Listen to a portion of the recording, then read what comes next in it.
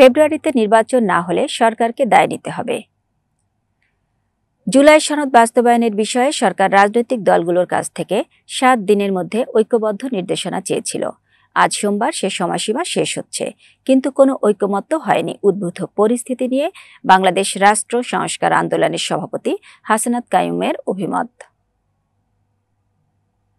জুলাই সনদ বাস্তবায়ন আদেশ জারি ও গণভোটের সময় প্রশ্নে বড় রাজনৈতিক দলগুলোর পাল্টাপাল্টি অবস্থানের ফলে যে পরিস্থিতি তৈরি হয়েছে সেটা রাষ্ট্র ও জনগণের জন্য দুর্ভাগ্যজনক।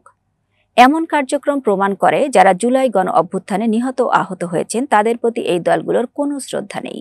এমনকি ঐকমত্য কমিশন এবং অন্তর্বর্তী সরকারের বেলায়ও এটা সত্য। রাজনৈতিক দলগুলো এখন দলীয় স্বার্থকে প্রাধান্য দিচ্ছে।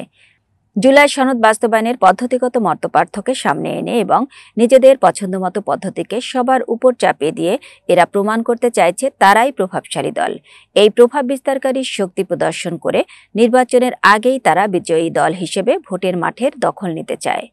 ঐকমত্য কমিশনের বৈঠকে জুলাই সনদের আইনি ভিত্তি, গণভোট, নির্বাচনের প্রতিনিধিদের দ্বৈত ক্ষমতা তথা সংসদ সদস্যদের ক্ষমতা এবং কনস্টিটিউয়েন্ট পাওয়ার গাঠনিক ক্ষমতা নিয়ে রাজনৈতিক দলগুলোর মধ্যে কোনো মতপার্থক্য ছিল না।